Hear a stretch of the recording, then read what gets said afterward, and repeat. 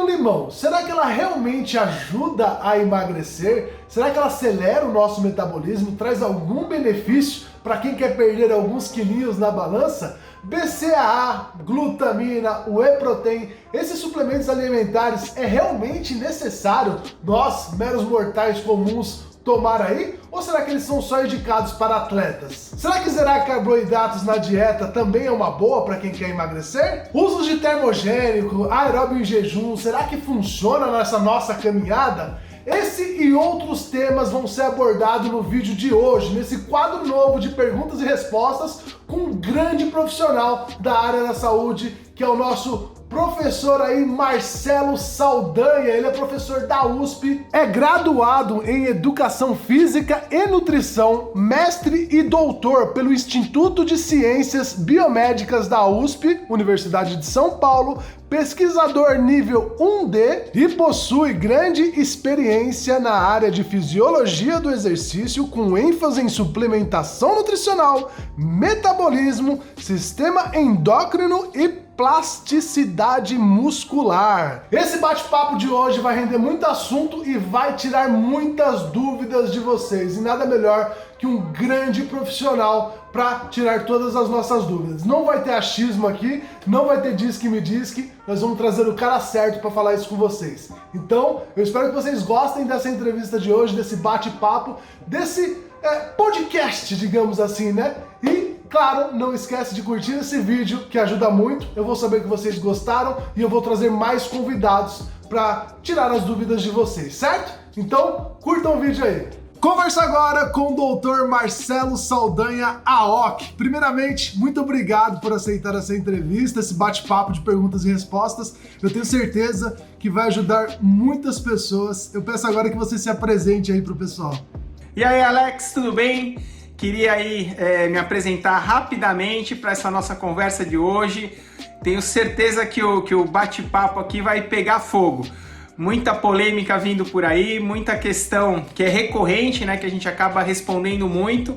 E eu queria então aproveitar esse espaço para me apresentar. Meu nome é Marcelo Saldanha Aoki, eu sou professor de Educação Física, profissional de Educação Física e nutricionista. Tenho mestrado e doutorado na área de Ciências Biológicas e atualmente eu sou professor e pesquisador do curso de Educação Física e Saúde da Universidade de São Paulo. Então é um prazer estar aqui com vocês hoje. O prazer é todo nosso, parabéns pelo currículo gigantesco, né? Invejável, parabéns mesmo.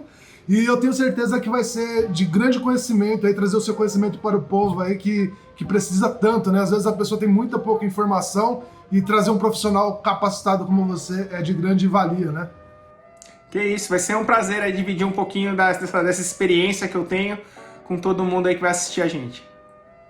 Obrigado, doutor. Então vamos começar. Eu selecionei umas perguntas que as próprias pessoas mandaram para mim através do Facebook e Instagram. E eu vou começar com uma clássica aqui, que deu muita polêmica, inclusive quando eu fiz um post, que é sobre a água com limão. O pessoal usa muito água com limão, né, para emagrecer. E eles perguntam aqui se a água com limão realmente emagrece, se ela limpa o organismo ou regula o pH do corpo, né? Se ela desintoxica o corpo e acelera o metabolismo. Ela tem tudo isso mesmo? Ela ajuda nisso tudo, doutor? Olha, Alex, deixa eu só fazer uma parte rapidinho antes da gente entrar nas respostas das perguntas. Então, na verdade, eu queria colocar 3 pontos aqui, 3 fatos para a nossa discussão, e esses 3 pontos eles vão servir para toda a lista de perguntas que a gente vai discutir. Então o primeiro ponto é diferenciar um pouquinho aí para quem está assistindo a gente o que é opinião do que é evidência científica. Então são coisas muito diferentes, né? Você pode ter uma opinião formada sobre um assunto, mas isso não necessariamente quer dizer que esse ponto, esse aspecto aí específico, ele foi comprovado cientificamente. Então, para a gente dizer que há comprovação científica, existe todo um rigor, uma metodologia, uma série de passos que precisam ser cumpridas. E para construir uma opinião, a gente não precisa de nada disso. A opinião é pessoal, cada um tem a sua, cada um tem o direito de ter a sua opinião. E eu respeito. Só que a gente precisa separar muito bem o que é opinião e o que é evidência científica. Então, aqui hoje eu vou trazer mais o que nós temos a respeito de comprovação científica. E eu não vou ficar tão pautado na minha opinião pessoal. Em alguns momentos eu até vou colocar minha opinião, mas eu vou tentar deixar mais claro que a gente vai discutir o que está comprovado no âmbito da ciência. Então esse é o primeiro ponto. O segundo ponto, que já que a nossa conversa aqui são as verdades, né, as verdades secretas sobre o emagrecimento, um segundo ponto que eu acho muito importante, que a gente precisa discutir, e que eu acredito muito nisso, tá, Alex? É que a gente só pode ajudar quem quer ser ajudado. Então, o que acontece, né? Eu sei que muitas pessoas vão assistir aqui esse vídeo, mas elas precisam estar dispostas a escutar essas verdades para que isso possa realmente ajudá-las. Eu sei que a sua intenção é a melhor possível em ajudar todo mundo aí que te acompanha, né? Então, esse é o teu intuito, né? Essa é a tua motivação e a minha também. Só que para realmente a gente conseguir mudar alguma coisa e ajudar alguém, primeiro a pessoa precisa estar disposta a isso, né? Então eu acredito a pessoa muito. Precisa querer mudar, né? Senão não adianta nada a gente falar que, olha, isso aqui funciona, ou isso aqui não funciona, e a pessoa, ela não está aberta para escutar essa verdade, essa evidência, e talvez que não seja uma verdade absoluta, mas que pelo menos o que a gente tem de comprovação hoje. Então esse é o segundo ponto. E o terceiro ponto, para não me alongar muito, é que tudo, olha só o que eu tô te falando, tudo que a gente vai discutir aqui, intervenção, procedimento, conduta, dieta, suplemento, alimento, tudo pode funcionar. Você vai falar, poxa, como assim? Sabe por que tudo pode funcionar, Alex? Porque se as pessoas acreditarem que aquilo vai funcionar, de alguma forma vai funcionar. E isso a gente tem na pesquisa muito comprovado, que é um fator muito potente, é um fenômeno muito potente, que é o efeito placebo. Então, se a gente acredita que alguma coisa que a gente faz vai realmente dar resultado, aquilo vai dar. Então, se eu acordo de manhã, né, faço uma saudação ao sol, faço recito o meu mantra, pego um copo de água quente com limão e tomo, né? E eu crio esse ritual em torno de tudo isso e eu começo a olhar para todo o meu dia, para todas as minhas refeições de uma forma diferente, porque eu fiz isso, porque eu mudei lá o tal do mindset. Quando você muda isso aí, você gera uma série de repercussões que podem gerar um benefício. Então é muito importante as pessoas entenderem isso, né? E a gente, Alex, tem um monte de pesquisa sobre isso. Por exemplo, pesquisa que compara um remédio laranja de um remédio branco. É o mesmo princípio ativo na mesma quantidade. Aí você dá o remédio para as duas pessoas, para os dois grupos de pessoas em dias diferentes. E depois você cruza. Quem recebeu o vermelho toma o branco e quem recebeu o branco toma o vermelho. E o que eles medem? Eles medem a eficácia do remédio. E olha só, pela cor do remédio ser diferente, dá mais resultado. Aí eles pegam uma pílula grande e uma pílula menor, comparam a mesma coisa, e eles percebem que a pílula maior dá mais resultado.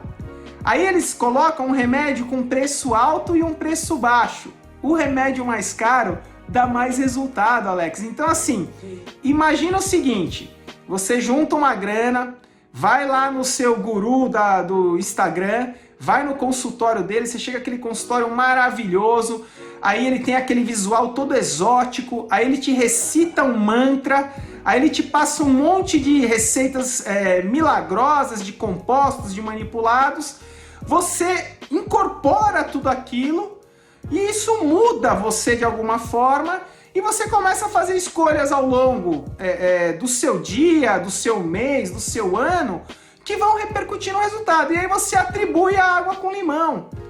Então, tudo pode funcionar, mas não necessariamente está relacionado à estratégia isolada, mas no poder que essa estratégia tem de mudar tudo que está relacionado com o que você faz diariamente. E aí, já direto indo para a pergunta, água com limão emagrece? Não, não. A única coisa capaz de emagrecer a gente, Alex, é o seguinte, é a gente ingerir menos energia e gastar mais energia e terminar essa balança de energia que entra e de energia que sai, terminar isso negativo no dia e acumular isso por um longo prazo. Então a água com limão aí, ela não tem um efeito direto nem na entrada de energia, nem no gasto de energia. Mas de novo, eu tomei a água com limão e aí agora poxa, já que eu tô fazendo isso, já que eu tô comprometido com essa estratégia, na hora do almoço eu ia de repente comer uma lasanha. Nada contra a lasanha, mas aí eu agora faço aqui um prato com brócolis, um peito de frango, uma batatinha assada. E o que acontece nessa hora? Por uma mudança de comportamento, eu vou estar ingerindo calorias numa quantidade menor e numa outra qualidade. E aí, eu começo também a incorporar, por exemplo, um hábito de vida mais saudável, eu começo a caminhar mais, eu começo a treinar, eu faço uma atividade física regular. No final do mês, você foi lá na balança, puxa, emagreci. Foi a água com limão. Não, não foi. Né? Foi esse conjunto de estratégias associadas a essa conduta aí que de repente você iniciou, que pode ser a água com limão, o chá de gengibre, o suco de berinjela, pode ser qualquer uma dessas coisas que de alguma forma despertam o indivíduo para aquela mudança comportamental. Eu acho que você resumiu bem. A pessoa, quando ela começa a tomar alguma coisa, por exemplo, aqui água com limão, automaticamente ela vai começar a se cuidar melhor, vai começar a se alimentar melhor, vai começar a praticar exercício físico, porque ela acredita que aquilo vai dar resultado. Então vem logo o efeito placebo, que é o que eu sempre falo também nos meus posts, e você agora, como uma pessoa doutorada no assunto, pode explicar melhor ainda, e eu acho que agora as pessoas conseguiram entender também. Então, na verdade, doutor, não emagrece, o que vai emagrecer é o déficit calórico, né? Se você precisa comer, vamos supor, 2.000 calorias, e você consome 1.500, você vai estar consumindo 500 calorias a menos por dia. E, obviamente, que em um longo período você vai emagrecer, né? É isso. E, no fundo, as pessoas sabem que é isso. Só que, muitas vezes, a gente quer buscar alguma coisa milagrosa, ou porque tem um certo esforço, né? E um certo sacrifício em realizar esse déficit. Então a gente tem que entender que tem essa parte. Então as pessoas tentam buscar algum tipo de solução milagrosa que não existe. Essa é a verdade. As pessoas não querem se esforçar, elas querem procurar algo que, né, traga milagrosamente ela para o seu peso ideal ou para o seu físico ideal. Isso é fato mesmo. Mas, pegando aqui ainda o gancho, então ela não emagrece, você já falou. Mas ela tem realmente algum benefício? Ela regula o pH do corpo, desintoxica o corpo, acelera o metabolismo? Ela tem alguma função além disso? Tem, ela tem uma ótima função. Ela bem geladinha mata a sede. Mata a sede? Se você colocar um açúcar, você faz uma limonada. Então, né? Aí gostosa, fica né? melhor ainda, né? Mas olha só, eu acho que tem um outro ponto aí muito bacana que você citou, que é essa obsessão em relação ao pH, né, ao pH do organismo. Então, Alex, eu não vou entrar aqui porque isso era uma aula aqui que eu deveria gastar uns 60 minutos para explicar, não vou fazer isso com o pessoal que está assistindo a gente, mas eu vou te garantir uma coisa. O pH, que é a acidez do organismo, é uma das variáveis fisiológicas para o funcionamento do nosso corpo mais controladas que existem. Então, o funcionamento do corpo depende de um pH ideal. E isso não permite que essa variável, esse parâmetro que é o pH, que é a acidez, né, trocando em miúdos, ela varie no nosso organismo, no nosso sangue. Então nós temos sistemas fisiológicos extremamente desenvolvidos para manter esse pH estável. Então dificilmente alguma coisa que você vai comer ou que você vai tomar vai conseguir mudar esse pH. Essa variável ela é extremamente controlada no nosso organismo. Então, essa história de água com limão, seja ela alcalina, seja lá o que for, não vai conseguir, ainda bem, graças a Deus, mudar o nosso pH, porque senão a gente teria um baita problema com isso. Então tá bom, entendemos aí. Agora vamos para a segunda pergunta, doutor. O BCAA também é algo muito polêmico na academia, né? Todo mundo tem quem use, tem quem não use. Ele realmente funciona? Quais os reais benefícios para um praticante de musculação? Se ele emagrece, se ele dá força, se ele dá massa muscular? Realmente é necessário uma pessoa comum tomar BCAA? Pô, Alex, você escolheu essas perguntas aí a dedo, hein? Tô sentindo que vai ser... Hoje o Instagram aqui, as redes sociais vão bombar, hein? Olha só, em relação ao BCAA, primeiro a gente precisa explicar o que é. São aminoácidos, 3 aminoácidos isolados, que tem uma função muito específica no músculo. Né? Então são aminoácidos que são metabolizados no músculo e por causa disso a gente associa geralmente o consumo desses aminoácidos de cadeia ramificada, ou os BCAAs, com benefícios em relação a ganho de massa muscular, ganho de força, e não tanto relacionado a emagrecimento, tá? Então esse é um primeiro ponto. Só que a grande questão é a seguinte, Alex, quando eu tenho uma ingestão de proteínas, adequada ao longo do meu dia, dificilmente eu vou conseguir algum benefício por meio do uso de aminoácidos isolados como o BCAA. Então, só para explicar aqui de uma forma bem simples, pensa num colar de pérolas. O colar de pérolas é a proteína. Então, cada pérola é um aminoácido. Então, os aminoácidos formam as proteínas e os BCAAs são encontrados em proteínas, principalmente nas proteínas que a gente chama de alto valor biológico, de alta qualidade. Então, se eu tenho uma ingestão de proteínas de qualidade e de alto valor biológico, os BCAAs estarão contidos nessas proteínas, então não há necessidade de um consumo isolado. E aí, esse é o ponto, né? A grande questão seria utilizar a proteína completa e não os aminoácidos isolados. É assim que a gente vê os melhores resultados. A única forma, tá, Alex, que é possível a gente associar algum benefício dos aminoácidos isolados é quando a ingestão de proteína não é adequada. Mas aí o correto não seria suplementar com os aminoácidos isolados, no caso os BCAAs, e sim consumir mais proteína e adequar essa ingestão. Então, ao invés de você gastar um dinheiro que é caro com BCAA, é melhor você investir em outros suplementos, caso você queira comprar suplementos, ou em comida, né? Comer uma comida de qualidade, mas se você é um atleta aí e quer investir, talvez um outro suplementos, talvez um whey protein, como você falou que é melhor proteína, né? Talvez um whey protein seria mais válido. Sem dúvida nenhuma. Aí a gente sai de um nível de evidência científica que é quase zero, né, em relação aos BCAAs, principalmente nessas condições que eu destaquei para você, onde a ingestão de proteína já está adequada.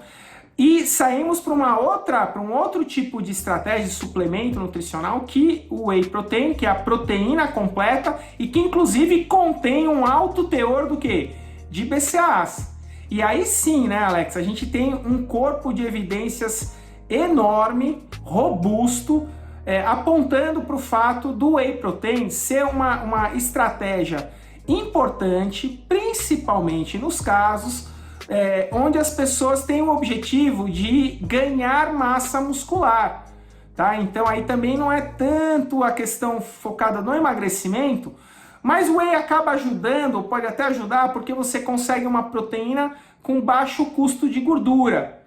Já nos alimentos, geralmente as fontes, principalmente de origem animal, de proteína, a gente tem que tomar um pouquinho de cuidado na escolha, porque elas podem ter muita gordura. E isso vai aumentar a caloria que eu estou recebendo, que está entrando no organismo. Então, o whey protein é geralmente utilizado para indivíduos que buscam o ganho de massa muscular, mas pode até auxiliar na questão do emagrecimento. Mas o mais importante, Alex, é que esse whey protein, ele precisa estar contabilizado numa ingestão proteica diária, que preferencialmente aqui tem que ser calculada por um profissional da nutrição, né? Então as pessoas primeiro precisam saber quanto elas precisam de proteína, e o profissional da nutrição vai justamente ajudar a determinar isso, e depois vai ser calculado quanto dessa proteína já é ingerida por dia e quanto, se for o caso, precisa dar a mais. E aí poderia entrar no suplemento, ou poderia, como você mesmo disse, tentar corrigir isso primeiro com alimento, tá? Então, o whey protein é válido? Sim, só que eu preciso saber como, quando e para quem. Interessante. Então é isso, respondida a pergunta aí. Vamos agora que tem uma outra polêmica aqui, né? Que o pessoal ama muito, que é a glutamina. A glutamina é muito usada, eu vejo, pessoal, tanto quanto o BCAA, ela é muito querida aí, junto aos praticantes de musculação, de atividade física. E o pessoal pergunta se funciona mesmo, para que serve, se é necessário suplementar glutamina. Olha, a glutamina, ela vem, a ideia, né, que suporta a glutamina, muitas vezes ela está associada com a funcionalidade, né, o metabolismo das células do sistema imunológico. Então a glutamina, a gente sabe que é um combustível muito importante para as células do sistema imunológico. E aí as pessoas geralmente associam isso com o fato da glutamina ser um potencializador, né, da função imunológica. Então essa era uma hipótese que na década de 90 ela estava um pouco mais em voga, né, em moda na época, mas que ao longo desses últimos 20 anos, 30 anos, ela foi sendo rechaçada, ela não foi comprovada, essa hipótese não foi corroborada. Então a gente não tem mais a glutamina ou a falta de glutamina em função de alguma situação, uma queda da glutamina, é muito difícil de socorrer em função do exercício, tá? E mesmo que ocorra, não necessariamente isso vai resultar numa queda do sistema imunológico. Então, de novo, né, a gente precisa lembrar que a glutamina é uma das pérolas. Junto com os aminoácidos de cadeia ramificada, os BCAAs, a glutamina é mais uma pérola. E se você tem uma boa ingestão de proteína, você vai ter glutamina e você vai ter BCAA. Só que tem ainda um fator mais importante que isso. A glutamina, ela pode e vai ser produzida no próprio organismo. Então, aí a gente tem um ponto importante. A glutamina, ela é um aminoácido que a gente tem a capacidade de sintetizar. Tá certo que em algumas situações muito específicas, essa capacidade de síntese pode cair ou até a demanda pode aumentar, fazendo com que a quantidade de glutamina no organismo caia. Mas isso é muito específico, Alex, são situações clínicas muito específicas que uma pessoa que está ali na academia, saudável, procurando um ganho de massa muscular, um ganho estético, perder um pouco de gordura corporal, não está passando. Tá? Então não há vantagem também comprovada no uso da glutamina. Então, de novo, eu remeto aqui para a proteína, que seria principalmente aqui no caso do whey protein, a melhor estratégia no sentido de fornecer os aminoácidos que o corpo precisa. Então, já que a gente tá nessa pegada do whey protein aí, era uma das últimas perguntas que eu ia fazer, eu já vou fazer lá agora, porque a gente já tá nesse assunto, então vamos emendar aqui. O whey protein também foi muito perguntado, e você já me disse aqui, já disse para todo mundo que é melhor suplementar o whey do que uma glutamina e um BCAA, né? Então é melhor investir no whey. Então, as pessoas têm muita dúvida, principalmente pessoas que não treinam e não praticam atividades físicas. Elas perguntam, uma senhora de 60 anos, de 65 anos, dona de casa, ela pode tomar whey protein? Ela deve tomar whey protein? E a pergunta continua aqui se ela emagrece, se o whey protein atrapalha no emagrecimento ou se ele emagrece, e se qualquer um pode tomar, que foi perguntado aqui já. Olha, Alex, enquanto segurança, é uma proteína, né? Então, que é uma proteína que é extraída do soro do leite. Caso não haja nenhum tipo de alergia específica, não há contraindicação, tá? é uma proteína que a gente vai encontrar no alimento, principalmente aí, como eu destaquei, no leite, e não tem problema nenhum, desde que não haja nenhuma uma restrição, algum processo específico de alergia, alguma coisa nesse sentido. Então não há restrição. Geralmente a gente associa isso à prática do exercício de força, né? O indivíduo treina lá a musculação, busca ganho de massa muscular, a proteína é o elemento estrutural do músculo e a gente pensa ali dentro daqueles cálculos, daquela adequação proteica, né, que o nutricionista faz, ele tem ali no seu arsenal a possibilidade de lançar mão do whey protein para adequar essa ingestão proteica. Então, sim, não há restrição. Eu vou te falar, já que você deu esse exemplo, eu vou te falar um pouquinho de um caso pessoal, tá, da minha família. Meu pai tem 74 anos, e aí ele mora em Santos, aposentado, tá lá em Santos curtindo a vida. E eu fui na praia com ele faz aqui uns 6, 7 meses, antes da pandemia, né? Já faz bastante tempo, tô perdido aqui no tempo, mas bem antes da pandemia, eu fui em Santos, passei um dia com ele, a gente foi na praia, ele tirou a camisa. E aí na hora, Alex, eu vou te ser sincero, eu fiquei assustado com a perda de massa muscular que ele estava apresentando. E aí o que eu fiz? Voltei para São Paulo, liguei para um amigo meu que tem academia em Santos e falei, olha, semana que vem eu tô mandando meu pai aí, tá? Então trata bem dele aí, arruma um personal, ele vai começar a treinar com você. Meu amigo falou, manda aí o seu Aoki aqui que nós vamos cuidar dele. E nessa hora o que eu já fiz? Já mandei meu pai ir lá na loja e comprar um pote de whey, tá? Então assim, tem muita pesquisa hoje, Alex, utilizando o whey na terceira idade, justamente por quê? Porque a gente tem uma perda progressiva de massa muscular com o envelhecimento, principalmente quando está associado a sedentarismo. Naturalmente já há uma perda muscular significativa com o decorrer da idade.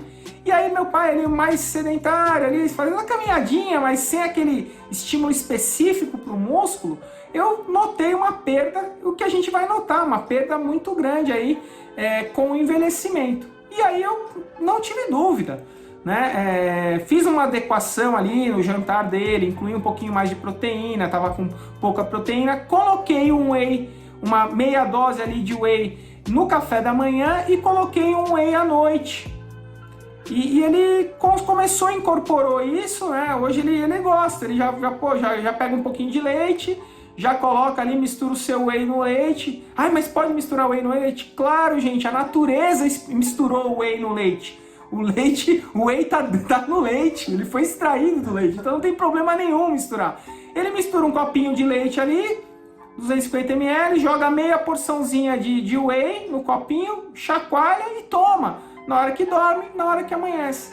Então, infelizmente, por causa da pandemia, a gente teve que parar o treinamento de força um pouquinho, ele está fazendo alguns exercícios ali, mas não é a mesma coisa, mas o consumo de whey não parou, tá? Então, é recomendado sim, mas de novo, eu fiz um cálculo, eu fiz uma análise, né? Eu fiz uma análise da alimentação dele, tudo isso é importante de ser feito, porque eu sei que muita gente que vai assistir a gente, de repente não está sendo assistido por um profissional. Então eu também não queria falar que não, tem que tomar whey e a pessoa não sabe quanto, não sabe que horas, a quantidade. Então eu vou dizer que sim, é uma estratégia que tem comprovação científica, mas que para ser implementada, preferencialmente ali, um acompanhamento com um profissional seria muito interessante. E só para complementar, esse negócio de você perder massa muscular na terceira idade, isso foi muito da época de que nossos pais, nossos avós, eles não praticavam muito exercício depois de certa idade. Mas se você pegar exemplos de atores de Hollywood, por exemplo, se você olhar como é que tá o Sylvester Stallone hoje, como é que tá o Arnold, claro que eles são fora de série, né? Mas se você comparar com pessoas que fizeram exercício ao longo da vida, o cara tá melhor que eu, que tô com 30 anos. Sem dúvida, sem dúvida. Isso aí tá acontecendo muito e isso é bom, né, Alex? Porque tá mudando a cultura dessa parcela da população se engajar em exercícios e principalmente no exercício de força, né? Então, não é só aquela caminhada, como eu te falei, meu pai tem uma bicicleta, ele caminha ali, mas não é só isso, né? Por exemplo, para membros superiores precisa ter uma estimulação específica. né? E o trabalho de força, ele consegue desencadear processos no músculo que vão ajudar nesse ganho de massa muscular, e que é muito próprio do exercício de força. Então, isso que você está falando, eu acho muito importante, né? Porque esses exemplos que você deu mostram, né, a validade, a relevância de se manter ativo no envelhecimento e como que isso repercute para o envelhecimento de qualidade. E só mais um detalhe, Alex, hoje nós temos aí no Brasil a população da terceira idade como uma das mais ativas, né? Então realmente é uma mudança de paradigma que a gente vem vivenciando aí nos últimos anos. Ah, isso é muito bom. O brasileiro não para, né? O brasileiro ele tá sempre na ativa. Deixa eu te perguntar, então, na quinta pergunta nossa, na sexta, na verdade, né, que essa daí foi a quinta, a gente tem uma pergunta aqui sobre dieta, que também tem muita dúvida, galera, porque principalmente muita gente faz dieta por conta e eles têm a dúvida de qual que é a melhor dieta para emagrecer? É a low carb, é a jejum intermitente, a cetogênica, a paleolítica, a Dukan, a Atkins, tem alguma que é melhor para emagrecer? Ou a melhor dieta é a que você se adapta melhor? Olha, Alex, essa pergunta também extremamente pertinente, com certeza a gente vai aí atingir um grande público que tem dúvidas em relação a essa pergunta. Só que talvez, infelizmente, o que eu traga aqui agora não seja a resposta que todo mundo espera aí. Na verdade, eu venho estudando isso, tá, Alex, há um bom período de tempo, já no mínimo há uns 5 anos que eu tenho acompanhado a literatura científica muito de perto em relação a esse tópico, tá? Comparando os diferentes tipos de dieta, né? E todas essas que você já citou aí, né? Low carb, low fat, tem a dieta, tem a Atkins, tem a dieta da zona, tem vários tipos de dieta. Todo dia surge uma dieta nova. Mas primeiro ponto que eu sempre discuto em relação a isso é: se todo dia surge uma nova, é porque as outras não estão funcionando. Então esse é o primeiro ponto. Né? Então, isso, né? Esse é um ponto importante da gente discutir. E aí, na comparação, nas pesquisas, né, Alex, na evidência científica, hoje, o que nós temos é o seguinte: não há superioridade de nenhuma dieta em relação à outra. O que há é o seguinte: qual é a dieta que promove a maior aderência para o indivíduo? Esse é o ponto central. Então, pode ser que para você melhor seja aqui a dieta low carb. E para o Saldanha, pode ser que seja low fat. E aí, o que acontece? A gente precisa descobrir, claro, de novo, com a ajuda de um profissional da nutrição, qual é a melhor dieta para cada um de nós. Agora, invariavelmente, nessa comparação, a gente não vai conseguir comprovar qual é a melhor. E aí, eu sei que, de novo, né, Alex, a gente vai tocar num ponto muito sensível, porque hoje, especialmente essa questão das dietas, ela virou quase uma questão de um fanatismo religioso. Sim, tá pior seita. Que time de futebol, né? Você fala que você é de uma dieta, o outro já te olha, pode até querer partir pra agressão, né? Às vezes você tá num restaurante, ali você fala, eu vou seguir a dieta, o cara já levanta e fala, não, você tá errado. Então é isso mesmo. É uma questão até curiosa, como que isso polarizou. Nosso país está muito polarizado em vários aspectos e na dieta não está diferente. Mas a grande verdade, Alex, é o seguinte: não há superioridade de uma dieta em relação à outra. O que vai acontecer é que você pode encontrar alguma dieta que para você funciona melhor, e é isso que ocorre. Mas funcionar melhor para o Alex não é garantia nenhuma que vai funcionar melhor para o Saldanha. Esse é o ponto. E as pessoas, como elas são egocêntricas, elas acham que elas são o centro do mundo, né? Muitas vezes as pessoas acham que o que é bom para mim vai ser bom para todo mundo. Só que o indivíduo, ele tem características próprias. Cada ser humano é único. Então isso passa, viu, Alex? Não é só por genética, por fisiologia, mas é por comportamento, relação com o alimento que foi construída. Você sabe muito bem isso, você trata aí do prazer da alimentação tão bem. Então você sabe o poder que isso tem, né? E a gente não pode descartar. Então se uma pessoa gosta muito de carboidrato e eu vou tentar sugerir para ela seguir a dieta low carb, vai ser um sacrifício enorme e ela não vai conseguir seguir por muito tempo, e esse que é o segredo, é a aderência. Então a efetividade, ela pode até emagrecer rapidinho no começo, mas depois ela recupera. Então não é sustentável a longo prazo, né, pra pessoa, porque se ela gosta muito de carboidrato, que nem você disse, ela vai fazer 2 semanas aí, na terceira semana ela já tá de saco cheio, já tá querendo comer um pãozinho, já tá querendo fazer alguma coisa, né? Já tá procurando lá no canal do YouTube alguma receita, já tá tentando... Sim, já tá procurando alguma coisa. Já tá tentando... Então eu vou aproveitar para fazer a próxima pergunta, que é sobre carboidratos, que também é sobre zerar carboidratos numa dieta, se realmente isso funciona para emagrecer, se é melhor zerar um carboidrato, se é uma estratégia boa, há quanto tempo, se é viável ou não.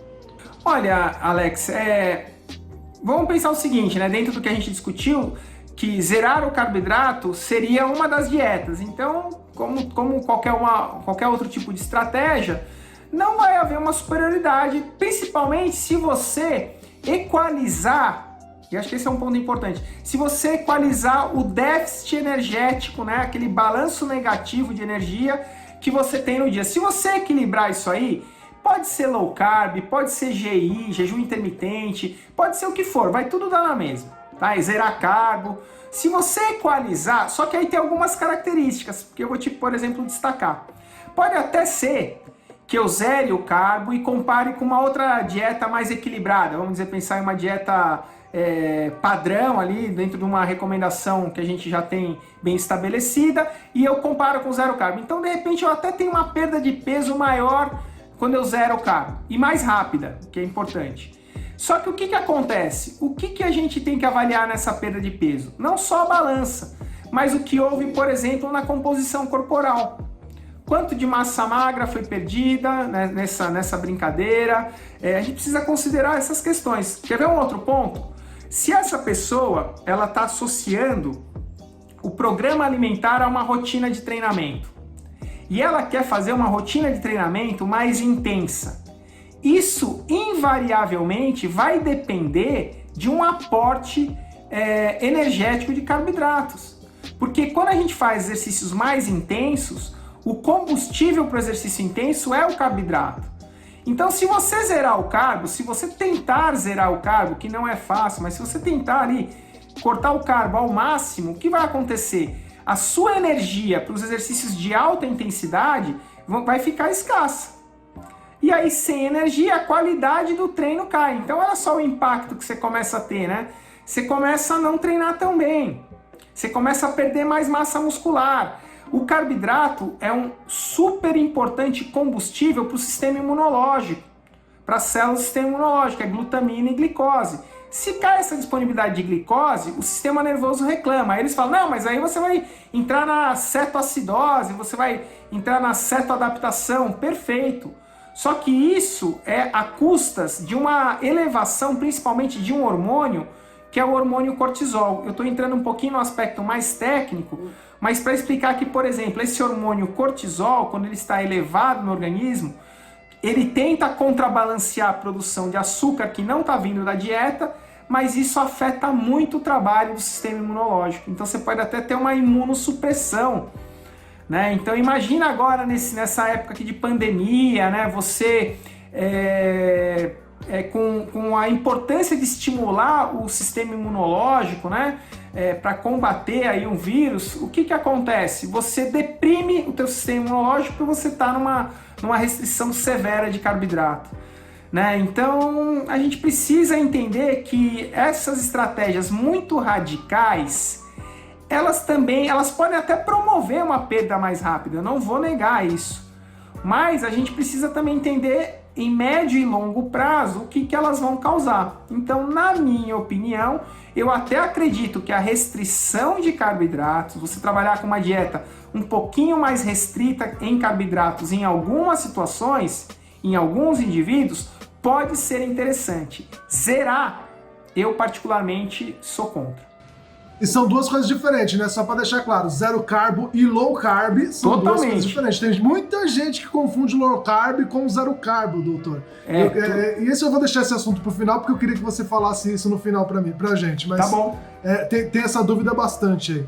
E passando aqui então, agora vamos falar sobre aeróbio. O aeróbio também é algo que as pessoas têm muita dúvida. E tem um assunto muito polêmico até hoje, que não sei se tem comprovação científica, você vai poder dizer pra gente, sobre o aeróbio em jejum. Se realmente ele nos traz mais resultados no quesito emagrecimento, você fazer aeróbio em jejum. E se ele é o mais indicado realmente fazer aeróbio em jejum, ou se é indicado fazer aeróbio antes do treino ou depois do treino, que é sempre uma dúvida clássica, né? Joia, ótima pergunta, de novo, com certeza muitas pessoas têm essa dúvida. E o que eu vou tentar aqui explicar rapidamente, Alex. O que acontece? Quando a gente está numa situação de jejum, o nosso corpo ele se organiza para queimar mais gordura. Isso é uma adaptação que a gente conhece desde a década de 60, fisiologicamente, tá? Bioquimicamente. Quando você está numa situação de privação de alimento, principalmente privação de carboidrato, o que acontece? A gente favorece a utilização de gordura como fonte de energia, até porque a gente tem um estoque enorme de gordura. Mesmo a gente sendo mais magrinho aqui, a gente tem um estoque considerável de gordura no organismo para servir como fonte de energia. Então você prioriza isso. Então a ideia do aeróbio em jejum é: você de repente dormiu, vem metabolizando uma quantidade de gordura que proporcionalmente é alta.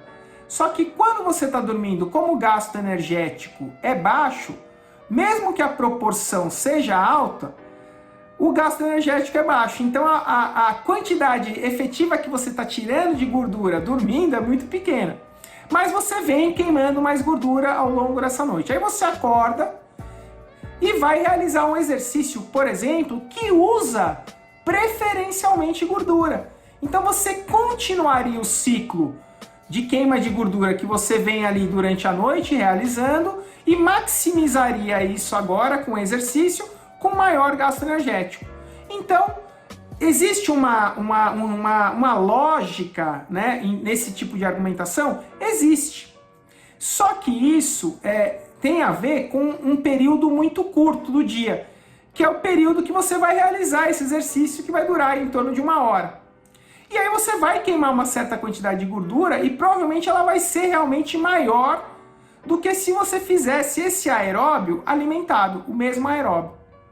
Só que o que acontece? Isso não é garantia de emagrecimento, Alex, porque a gente tem o resto do dia inteiro pela frente. Aí a pessoa vai lá, come um pastel, come um caldo de cana e não dá, né? Então eu acordo de manhã, vou no Parque do Ibirapuera, dou lá 3 voltas em jejum. Aí tudo bem, fiz em jejum, queimei um monte de gordura. Aí saio e vou lá na barraquinha do pastel. Acabou. Entendeu? Então assim, a gente já tem bastante pesquisa, Alex, comparando essa situação de fazer o aeróbio alimentado e fazer o jejum, fazer o aeróbio em jejum e depois se alimentar na mesma quantidade, com a mesma refeição. E quando isso é feito, não há vantagem em longo prazo, em 4 semanas, 8 semanas, 6 semanas. A questão que pode ocorrer, e esse é um outro ponto, é o seguinte: eu acordo, faço o aeróbio em jejum, termino esse aeróbio, tomo um banho e aí saio meio atrasado para o serviço. Ao invés de fazer aquele café da manhã mais robusto, eu tomo um cafezinho, vou para o serviço, vou trabalhar. E aí como uma banana no meio dessa manhã, como uma fruta no meio dessa manhã e só vou almoçar. Aí o que aconteceu, Alex? Aí não é o efeito do aeróbio, é o efeito de você ter pulado o café da manhã e ao longo do dia não ter compensado isso. Ter comido o mesmo almoço, o mesmo jantar, o mesmo lanche da tarde, e aí você terminou o dia com menos calorias referentes àquele café que você deixou de tomar porque você fez o aeróbio ali, ou até porque terminou e não estava com muita fome na hora que terminou, tal, e seguiu o lance. Então isso está relacionado com o déficit e não diretamente com a realização do aeróbio em jejum. Então o que eu recomendo é o seguinte: se você gosta de fazer o aeróbio em jejum, se sente bem E se você consegue treinar na mesma intensidade em jejum em relação ao estado alimentado, perfeito, vai em frente, faça o aeróbio em jejum. Agora, se você prefere acordar, tomar um café da manhã, se alimentar, lógico que também vai ser um café relativamente leve, mas dentro do que você está acostumado, e vai fazer o seu aeróbio, o mais importante é fazer o aeróbio, é fazer o exercício de maneira geral, tá? Agora, se vai ser no estado alimentado ou se vai queimar mais ou menos gordura, isso ao longo do dia parece não ser tão importante, tá? Então é apenas uma recomendação que eu vou fazer. Gosta de fazer, se sente bem fazendo, faça, mas não saia falando que vai dar mais resultado, porque as pesquisas não comprovam isso. Entendi. Então também não tem diferença alguma fazer antes e depois do treino? Ou tem? Do treino de musculação?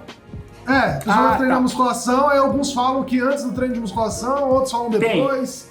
Tem uma diferencinha sim, mas aí talvez não seja tanto pro emagrecimento, Alex. Qual que é a diferença? O que acontece? Quando a gente, e isso já tem bastante pesquisa demonstrando, quando a gente faz um exercício aeróbio antes do exercício de força, é claro que isso precisa de uma organização e uma prescrição específica, mas geralmente o que a gente observa é um decréscimo na produção de força depois. Então o que a gente orienta na maioria das vezes é treinar a força primeiro e depois fazer o aeróbio. Para o emagrecimento talvez não faça tanta diferença, mas se o indivíduo tem algum intuito de desenvolvimento de força, de massa muscular, talvez aí a gente tenha uma pequena interferência. Então, se existe a possibilidade, é melhor organizar da seguinte maneira: faz a força, treinando aí na sua plenitude, no máximo que você consegue, e encaixa o aeróbio depois, porque o aeróbio não sofre com a execução da força antes.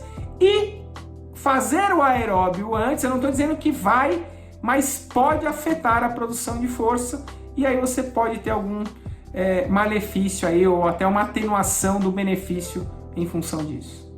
Então vamos para a nossa próxima pergunta, e é um alimento que eu gosto muito e eu utilizo tanto nas minhas receitas normais quanto nas saudáveis no dia a dia, hein? Quase todos os dias. Eu acho que eu sou sócio das galinhas já, né? Da granja, que é os ovos. Vai em tudo que é receita, ele vai dá muito sabor nas receitas, dá liga, dá tudo.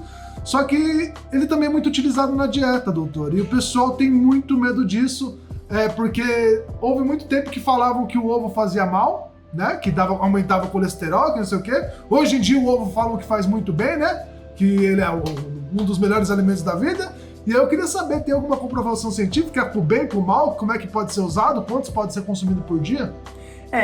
Essa questão aí, ela tem vários pontos que a gente tem que abordar em separado. Então, o primeiro ponto que eu gostaria de destacar é o seguinte: isso é mais recente, a gente tem observado, né, nas pesquisas, que o colesterol dietético, né, então o que a gente ingere de colesterol no dia, parece ter uma influência pequena no colesterol do sangue, tá? Então esse é um primeiro ponto que começou aí a ajudar a gente a desmistificar o problema do ovo, tá? Então esse é um ponto inicial.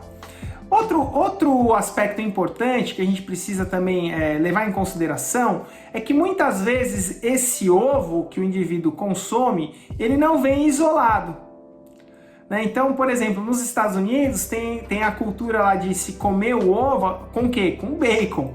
Então aí você já começa a falar assim: pô, mas você come muito ovo, você tá com colesterol alto, tá? Mas você tá comendo ovo com bacon, né? Então, ovo com presunto, ovo com salsicha, ovo com alguma outra coisa. Eu acho que nem só isso, né? Porque você tem que contar, que nem você já falou ao longo do vídeo aqui, o dia inteiro, né? A pessoa come ovo no café da manhã, nem que ela coma só o ovo puro no café da manhã, mas de tarde ela vai comer um pastel cheio de óleo, à noite vai comer o seu... Aí não dá, né?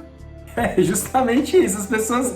E elas querem muitas vezes ou achar um herói ou achar um vilão, né? Sim. Então, a água com limão é o herói e o ovo é o vilão, por exemplo. Então, eu particularmente, Alex, eu não acredito que nenhum alimento deve ser restringido ou proibido.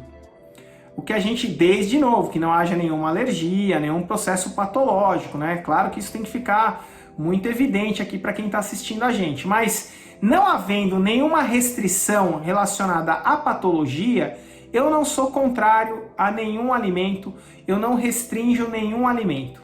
Eu acho que a gente tem que manter a alimentação o mais diversificada possível. E o ovo é um super alimento, tá? Então esse é o ponto central. O ovo é uma ótima fonte de proteína, daquelas proteínas de boa qualidade. O ovo, a gente precisa entender ali, né? Do ovo vai sair um ser vivo, então tem tudo ali para formar um ser vivo. Então, o ovo é sem dúvida nenhuma. Aí a gente vai passar por um outro aspecto importante dessa discussão. São as pessoas que estão optando por um estilo de alimentação que não tem ali nenhum tipo de alimento de origem animal. O que eu respeito, Alex, plenamente. Então pode ser uma questão filosófica, pode ser uma questão pessoal, pode ser uma questão de sustentabilidade, pode ser o que for. O que eu estou discutindo com você aqui é o aspecto nutricional do ovo, tá? Então eu quero deixar claro isso. Respeito as opiniões, os estilos de vida, as condutas de todos. Só que o ovo é um superalimento. Ponto. Tá? Esse é o ponto final.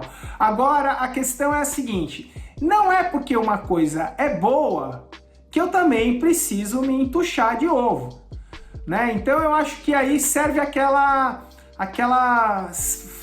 frase, né, célebre do Hipócrates: a diferença entre o veneno e o remédio é a dose, né? Então tudo equilibrado, né? Tudo ali dentro de um planejamento equilibrado de alimentação vai ter seu espaço, e o ovo com certeza tem esse espaço garantido, tá?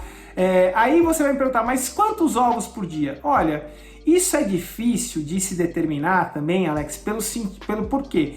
Porque o que nós temos de evidência científica leva em consideração consumo em relação a estudos que acompanham isso de forma por meio de estudos epidemiológicos, por questionários, e aí eles associam as quantidades com risco de desenvolver algum tipo de problema. Então não é uma pesquisa, é uma metodologia que se usa na epidemiologia, mas que não é possível com esse tipo de pesquisa estabelecer uma relação causa-efeito. Então, se eu comer 5 ovos por dia, eu vou morrer de infarto, tá? Então não dá para a gente estabelecer esse tipo de relação causa-efeito com pesquisa epidemiológica. A pesquisa epidemiológica, ela te diz o seguinte: olha, se você consumir acima de uma quantidade, o teu risco aumenta em tantos %. Mas esse risco é populacional, não é individual. Então, assim, é difícil de se falar. Mas mesmo nessas pesquisas epidemiológicas, quando você tem o consumo ali de um ovo por dia, todo dia, o risco é muito baixo de se desenvolver algum tipo de patologia. Então eu vou considerar o seguinte: o ovo é um alimento seguro, é um alimento saudável, é um alimento riquíssimo em proteína, e como você destacou, eu acho que isso é super importante, é um alimento versátil, né? Ele ajuda numa série de preparações ali, como você falou, com sabor, com consistência. Então, ovo, aprovado. Tá aprovado, é maravilhoso. O ovo tem que estar na dieta. Eu como ovo todo dia, até agora tô bem. Tem uma última pergunta aqui pra gente encerrar o nosso assunto, que também é muito, né, muito polêmico aí. As pessoas, principalmente quem busca o emagrecimento rápido, o que é errado, eu já digo pra vocês.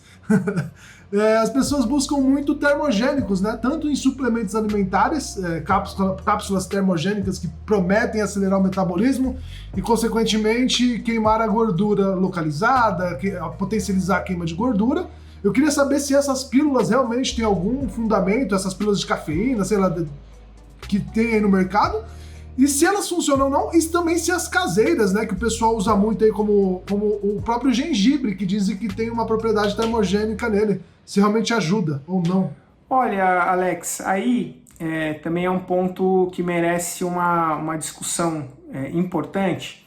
Primeiro o seguinte, né, muitos desses termogênicos, eles utilizam um fármaco, né, uma substância farmacológica que tenta imitar o efeito de um hormônio que nós temos no organismo. Um hormônio natural produzido endogenamente, produzido pelo nosso corpo, que é a adrenalina. Então, nós temos nesses produtos, né, nesses, entre aspas, aí, suplementos, muitos deles utilizando substâncias muito parecidas ou que se aproximam do efeito da adrenalina, que justamente tem esse efeito de acelerar a frequência cardíaca, acelerar o gasto energético, né, acelerar o metabolismo como um todo. Só que eu vou te dizer uma coisa, Alex, aí está uma categoria de suplementos ou de produtos, vamos colocar aqui, né? Porque talvez em alguns países isso nem seja considerado suplemento, porque já está entrando aí numa perspectiva de um fármaco, né? Dependendo um pouco da legislação de cada país, mas de qualquer forma, é uma substância que eu acho particularmente perigosa, tá? E eu vou te explicar o porquê. Muitas vezes, quando a gente faz exercício, a gente já tem uma elevação do trabalho cardíaco, da frequência cardíaca. E você associa isso, por exemplo, com uma substância que é muito utilizada nesses produtos, que é a efedrina, que é muito poderosa. E a efedrina vai lá e faz o quê? Acelera ainda mais esse processo aí de trabalho do coração. E você pode levar com isso o organismo ao seu limite. E eu vou te falar uma coisa, né, que nos Estados Unidos, onde tem um controle maior, né, dos óbitos, principalmente associados aí ao uso de substâncias, nós temos aí uma comprovação que é um pouco alarmante.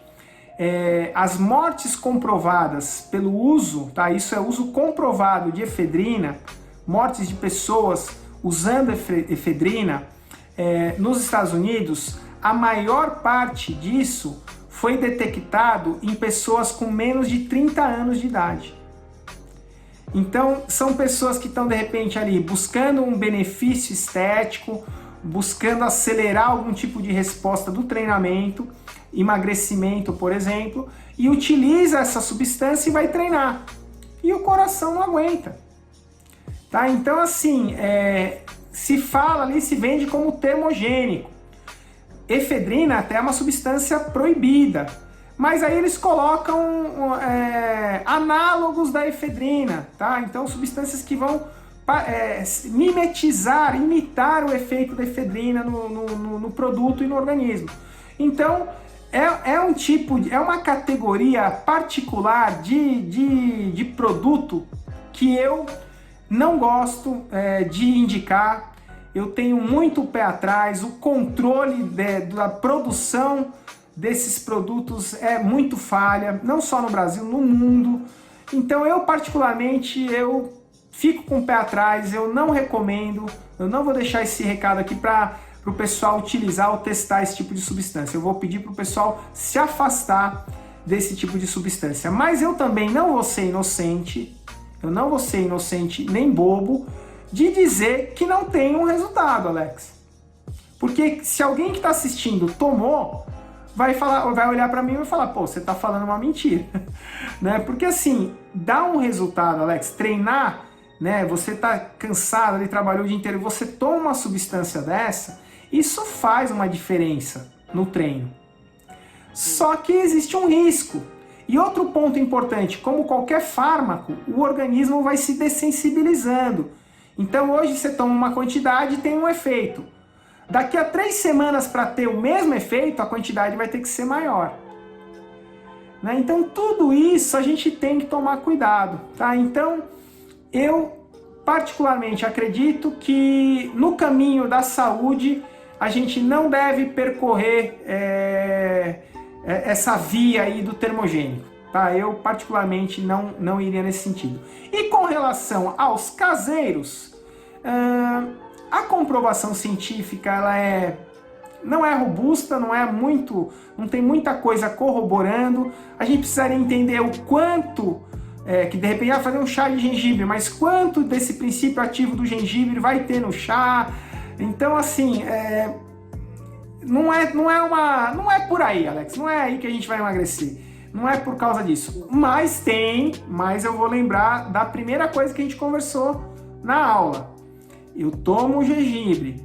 Aquilo, de alguma forma ali, me dá uma motivação. Eu vou treinar mais motivado. Treinei bem. Tô me sentindo bem. Eu ia ali no fast food, eu agora vou fazer um brócolis, vou fazer um peito de frango, vou fazer um shiitake aqui, vou fazer alguma preparação, e aí o que acontece? O gengibre está nesse cenário, né? Então eu treinei mais motivado, me alimentei melhor, e aí, poxa, não, foi o gengibre. Não foi. Foi o conjunto, né, de ações que o gengibre pode ter permeado, proporcionado. Mas o gengibre em si não vai ser capaz de fazer isso. Ele pode até... É o efeito placebo, ele pode até não emagrecer, mas ele vai dar aquele efeito placebo que a pessoa vai dar até também mais energia pra treinar, né? Ela, nossa, eu tomei aqui, eu tô me sentindo bem, eu vou lá. Isso acontece comigo, sabe com o quê? Com café. Eu tomo café antes de treinar. O café, ele tem um estimulante natural, né? Mas eu me sinto muito mais disposto. Mas eu sei que isso é muito mais do meu psicológico mesmo do que a propriedade do café, porque eu tomei um copinho de café, não tomei uma jarra pra me sentir daquele jeito, entendeu? E olha, Alex, vou até usar aqui um pouquinho do tempo para falar isso. Eu estava, acho que na semana passada, lendo uma pesquisa sobre efeito placebo, tá? E eu fiquei espantado com uma coisa que eu li ali, né? Eles fizeram uma pesquisa para tratar pessoas com reação alérgica. E por meio de um... e aí o que eles dão? Um remédio para diminuir a reação alérgica, e aí dão um remédio de verdade e dão um placebo. E o que aconteceu? O placebo diminuiu a reação alérgica. Então, assim, o poder desse efeito placebo a gente subestima, né? Outro dia também estava lendo uma pesquisa demonstrando o seguinte, como o terapeuta, o indivíduo que está realizando a intervenção, seja quem for, o profissional que está realizando a intervenção, como que ele consegue criar um ambiente que favorece esse placebo. Então vai desde vestir uma roupa exótica, ter um visual diferente, falar palavras mais rebuscadas. Então, assim, existem estratégias em termos de conduta profissional que podem e que vão modular o efeito placebo. Então, de novo, né, os gurus que nós temos por aí, eles lançam mão disso. Né? Então, eu aqui, né, você tá vendo, pô, eu tô de cara limpa, mandando a real, então a minha capacidade de gerar efeito placebo em alguém é baixa, né? Eu vou mais direto no ponto. Você pode gerar vergonha na cara, também é útil. Tem que explicar o que vergonha tá na cara dos outros. Mas eu acho que é válido a gente ter em mente, por isso que eu comecei, toda essa conversa que a gente teve aqui, eu comecei ela falando do efeito placebo. Porque sempre que a gente vai pensar em qualquer tipo de intervenção, em qualquer situação, isso vai ser permeado pelo fato do efeito placebo. E eu vou só citar uma frase do chefe do departamento de medicina da Universidade de Harvard. Tá? E eu li uma frase dele num artigo que eu achei muito interessante, que eu uso nas minhas aulas e que eu vou deixar aqui para o pessoal também. Terapias bem-sucedidas requerem a combinação entre fé e ciência. Se o paciente não acreditar, não vai funcionar. E ele acreditando, já é meio caminho andado. Isso é muito interessante. E não tem nada errado, doutor. Pelo contrário, é benéfico você acreditar no efeito placebo, né? Então, o que há de errado é você afirmar que algo dá resultado sem comprovação. Tipo, a água com limão emagrece. Se emagrece pra você, ok, beleza, mas não é pra população inteira, né? Se tá te funcionando, se tá te ajudando, igual o café ajuda pra mim, água com limão, água com barro, água com o que você quiser, vai te dar um estímulo, continua, isso é muito legal, né? Contanto que não te faça mal, né? Não tem exageros, e não te faça mal, tá te fazendo bem, o efeito placebo nesse caso é bom, e o que vai estimular vai ser o início para a pessoa buscar uma vida saudável, uma alimentação saudável, buscar um profissional da saúde, né, para orientar ela melhor. Então é ótimo, né, doutor? Para resumir a nossa história aqui, isso é sensacional. E aí eu vou fechar com uma máxima popular aqui, né, um ditado popular. Em time que tá ganhando, não se mexe. Então, se tá dando certo para você tomar água com limão, a água com limão é inócua, não vai fazer mal. Limão é uma fruta, tem vitamina C. Fruta, Alex, não tem como fazer mal. Né? Fruta é jogo ganho. Apesar do que falam no BBB aí, por aí, mas fruta é jogo ganho, não tem problema. Então, você vai espremer umas gotinhas de limão numa água, isso aí não tem problema. O problema é pegar um pote de termogênico, aí é outra história. Né? Outra história bem diferente. Agora, você pegar e espremer um limãozinho ali na água, como é que eu vou ser contra isso? Não, vou ser contra de maneira nenhuma, mas também não vou dizer que isso vai ser a salvação. Né? Aí quando você já começa a botar água, limão, glutamina, gratidão, aí outras coisas, aí é outra conversa. Né? Mas a água com limão ali sozinha, colocar glutamina não vai fazer mal também. Só vai gastar o dinheiro da glutamina, só isso. E a gratidão faz parte. A gratidão faz parte, todo ser humano tem que ter, né?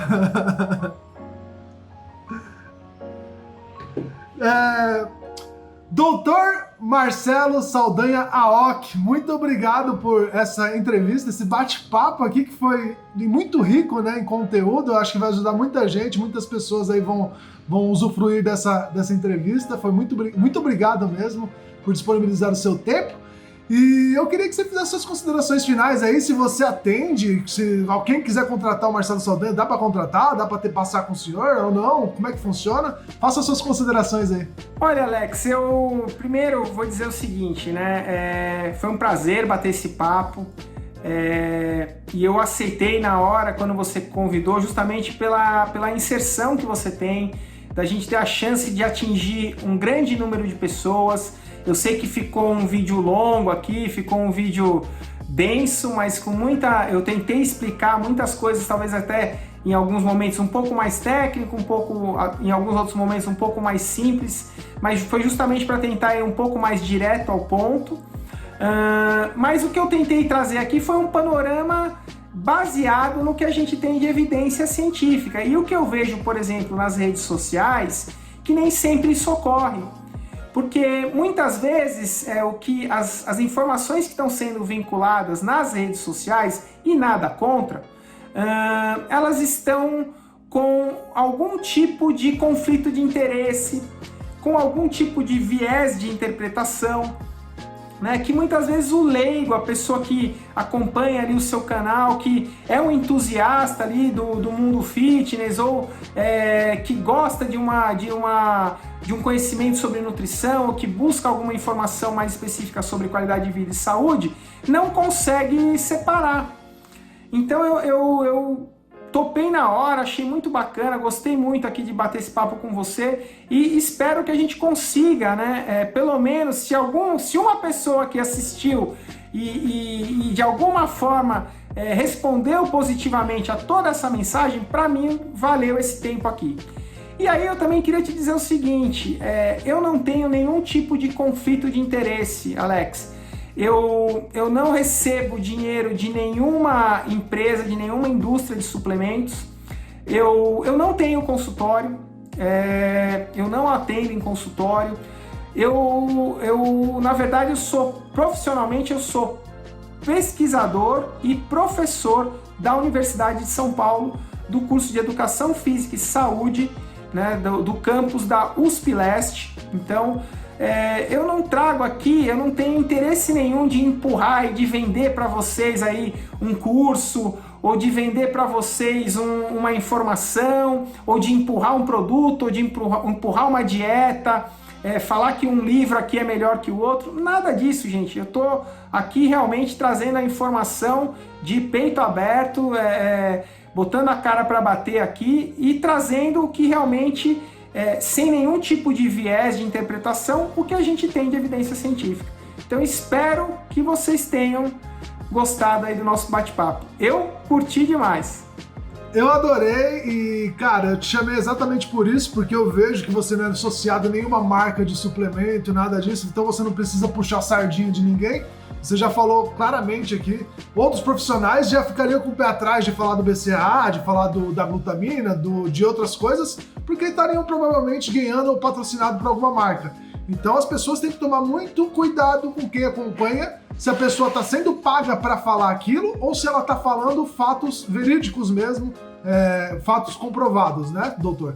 Então acho que a sua entrevista foi muito válida por causa disso, porque você não é patrocinado, não está associado a nenhuma marca, você só falou as verdades que todo mundo precisa ouvir. Eu só acho também, Alex, só queria fazer uma observação, acho que esse comentário que você fez é muito importante, mas também para ressaltar o seguinte, eu conheço muitos nutricionistas sérios que acompanham marcas, que trabalham com marcas, que divulgam marcas, mas que não necessariamente compactuam com coisas que eles não acreditam, tá? Então também é importante a gente deixar esse ponto aqui, porque eu tenho diversos colegas que trabalham nas indústrias, que tentam alertar as indústrias para algumas questões, só que a indústria muitas vezes ela está no cunho comercial.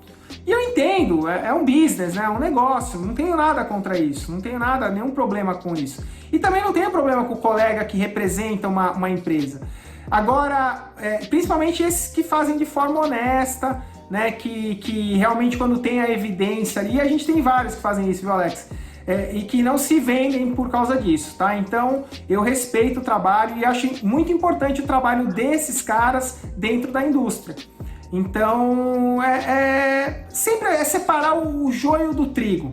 Sim, né? o telespectador ele tem que assistir e tá de olho nisso, né? Claro que tem ótimos profissionais que fazem parte de marcas e que eles vão só divulgar aquilo que eles acreditam realmente. Exatamente. Mas tem muito pessoa, mas você sabe que toda profissão tem muito picareta também. E é o que mais tem na internet, então fica de olho, cuidado para não se enrolar, porque a saúde é muito importante, né, doutor? É isso aí. A única coisa que a gente tem aí de mais valor.